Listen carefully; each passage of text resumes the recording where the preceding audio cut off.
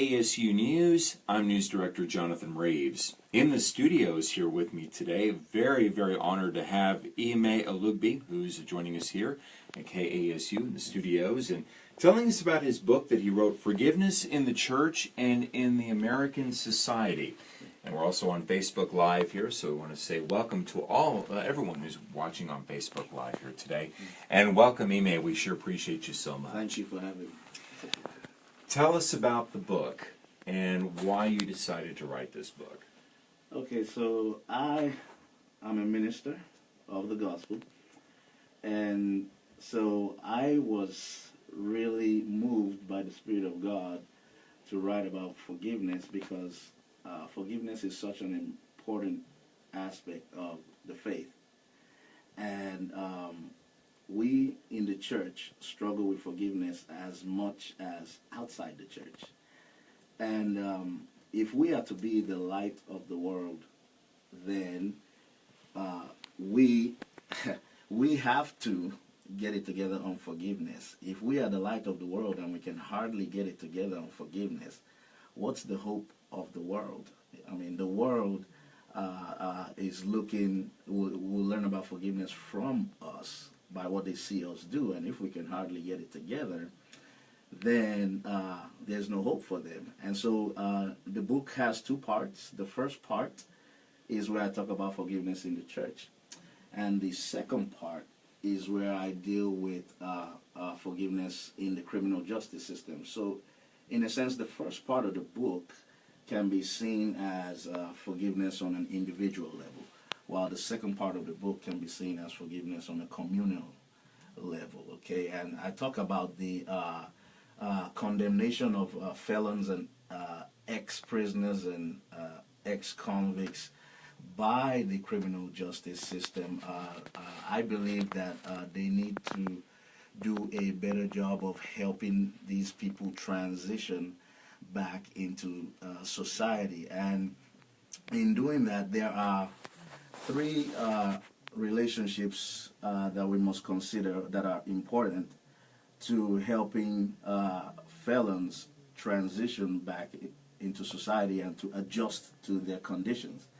And the first relationship is the one between the master and the slave, okay? In this case, between the criminal justice system and the felon. The criminal justice system is the master or slave master, and the felon is the slave. So the relationship between them, that's important. The next relationship to consider is the relationship between the slave and the community. In this case, the relationship between the felon and the rest of society. The third relationship, which should kind of mediate the first two, is the relationship between the slave master and the community. Okay, the slave master mediates that, and what is happening is the slave master, which is the criminal justice system, in an effort to maintain complete control and power over the felon, they present or influence the attitudes of the community against the felon. So in a sense, the power of the slave master over the felon is made possible by the support they get from the community. Okay, the community, well, how do they do that? Well, I mean, like I said, they influence the attitudes of the community against the felons by making them think, listen, we have to do this in order to protect your rights. And the community buys into that by not doing anything about it, by not speaking up about it or taking action. And so it enables the criminal justice system to assert that control. And the reality of the matter is the community's rights are not protected because when you don't protect the rights of the guilty, you will endanger the rights of the innocent. Let me read you a quote from my book here. And this is from, I saw this in a 2008 article entitled The Limits of Citizenship. Okay? the rights of prisoners and ex-prisoners in the United States. This is what the article said. The rights of prisoners and ex-prisoners are an excellent measure and estimate for the strength of human rights in a given society. The more punitive and exclusionary the policies towards prisoners and ex-prisoners are, the less protected are the rights of the citizens in general. That's a powerful statement. And based on that statement, right now, the human rights, the strength of the human rights in the American society is weak right now, based on that statement. Because right now we see that the felons are still excluded.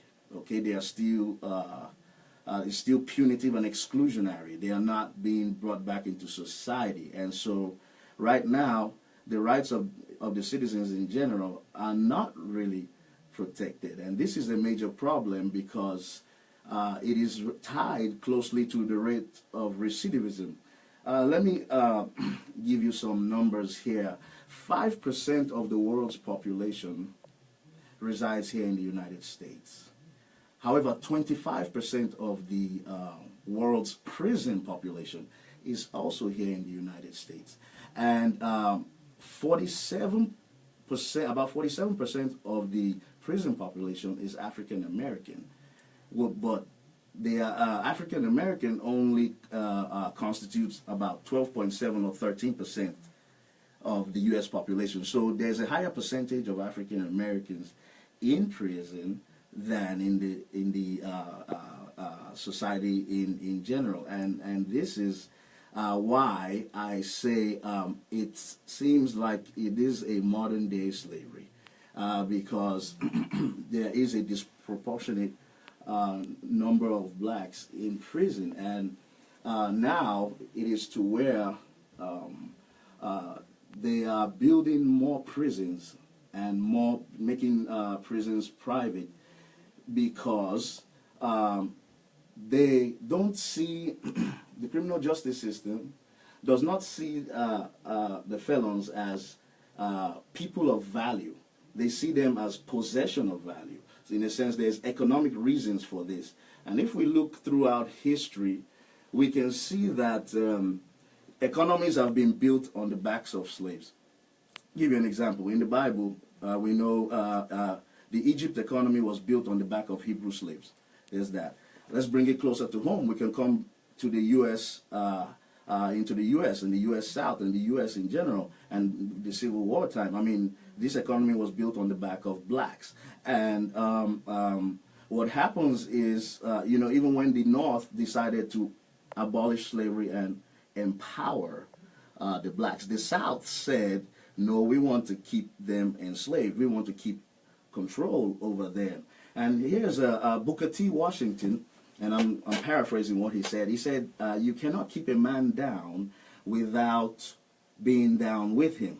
So in the South's effort to maintain dominance and control and power over the slaves, they retarded their industrial growth. And that's why the northern part of the country is more industrialized than the South. So in the same way, in the criminal justice system's effort to maintain dominance and control over the felons, they retard their growth. Okay, they retard the growth of. In fact, they break their system. In fact, they almost guarantee that their system will fail by doing that. Whereas if they empowered the felons, the system would be better. The felon coming through the system should leave better than he came in. Can you imagine if I came through Arkansas State University, which is a system much like the criminal justice system. I come in through the system and I leave worse. Okay, these people are coming in, but they are leaving worse than they came in. They are leaving unprepared. They are leaving not rehabilitated. And this is a big problem. This is a big problem. They deem the felons not worthy of rights, but they are human and they have rights. They have human rights. And human rights is concerned to the value of a person. And the value of a person is connected to the source of the person. And all human beings come from God. This is, let me read you a quote by Thomas Jefferson. This is a very brilliant man. Let me read you this quote. He says, "We hold these truths to be self-evident, that all men are created equal, that they are endowed by their Creator with certain inalienable rights, that among these are life, liberty, and the pursuit of happiness." That was Thomas Jefferson. But right now we can see that that does not hold true for the felons. That does not hold true for the felons. They don't have any rights. And as I said in the book, there are two systems. I call them the inside world and the outside world in the American society. The inside world is prison. The outside world is free society. The inside world is the land of the guilty. The outside world is the land of the innocent. In the inside world, you don't need rights to be successful. I mean, somebody tells you what to do, when to do it, how to do it, where to do it, when to lie down, what to wear. You don't need rights there. In the outside world, you do need rights. You need rights. You need to be empowered here in this democracy. In the inside world, you don't have any responsibilities or opportunities, and you don't need them. Because, I mean, you're not thinking of what bills to pay, what to eat, all that is taken care of. You're not thinking of any medical bills, all of that is taken care of. However, when you come to the outside world, you need those responsibilities, opportunities, you need those. And a failure of the criminal justice system and ultimately the government to provide or empower them is a problem, and it is an injustice. It is a neglect, and it's an injustice. So that's what I'm saying in the book. All right, there are several questions I want to ask you about. Yes. So let's go back to the rights issue. Yes. Now, how do you break the stereotype that some people may have that says that, felons don't or shouldn't have rights, I guess, because they kind of gave up that when they were in prison? If you know what I'm trying to ask, how do you break that stereotype, first of all? Well, again, like I said, they don't have rights in prison. Okay, there are two systems here. In prison, yes, they don't have rights. Outside here, they have rights. And even in there, again, as we just read Thomas Jefferson, these rights are inalienable. That means they can never be taken away. Okay, they are human. So they have rights. Okay, so I know people say, okay, because of what they did, which is the problem, you hold their past against them, like you did this, so you don't deserve this. Well, here's what Psalm 130, verse 3 and 4 says. It says, "O Lord, if you kept a record of our wrongdoing, who can stand?" In other words, if the Lord decided to hold our past against us the same way we hold the felons' past against him, we are all spiritual felons. We are. If the Lord decided that. If the Lord decided to hold our past against us the way we hold the felons' past against them, we all have a spiritual criminal record. We do. And if the Lord decided to hold our past against us the same way we hold the felons' past against him, we'll all fail a spiritual background check. There's no hope for any of us. And this is even worse. I say being a spiritual felon is worse than being a natural felon. Why? Because the things of the spirit world are more real than the things of the natural world. The things of the spirit world, the Bible tells us, are eternal, but the things of the natural world are temporal. So this is a worse offense. And also, whatever we think, or whatever it is that the felons have done to society, it pales in comparison to what we have done to God. And so, if we're going to, we can't hold their past against them that way. Again, when you do that, you endanger the rights of the innocent. If you say the guilty don't have any rights, then you're going to endanger the rights of the innocent. Again, in this free society, it functions on rights and empowerment. That's a need, not a want, or not. It's a need. It's a need. They need these rights to function. It's like this, and I give an example in the book on the factory. But here's a different example. Can you imagine if ASU football players were going to play against another college team, and when they got to the field, the college team had their helmet, they had their shoulder pads, they had their cleats, they had their mouth guard, they had everything, and then the coach sent the ASU players on the field just nothing, just like this, how we're dressed, unprepared to meet the challenge of the field. In other words, that's not fair to send them out there not giving them what they need to succeed. And most of the players are going to want to come back on the next down. They're going to want to go back to the sideline on the next down, which is what's happening to the felons. They want to go back to prison because at least there they have 3 square meals. They have a roof over their head. They have, they don't have to, think about any of these responsibilities that they're incapable of meeting because they're unable to get a job or whatever the case may be. And so that's what we're dealing with here. Right. So what do you think that the criminal justice system should do? We have specific steps to be able to help felons, kind of get them ready to go from, as you put it, the 2 different worlds, from the inside world to the outside world. What do you think should be done to be able to help in that regard? Maybe because I think some will say, well, there are maybe some programs that are in place now. I think you probably would argue that those programs are just not enough. They're not. There was even they're not enough because again, I think that for one, if you're going to and this is what the other gentleman in KJAB asked me. The bottom line is this: you cannot bring them out here and tell them they don't have any rights. You can't do that. So either if you bring them out here and yes, you label them felons, that is a stigma.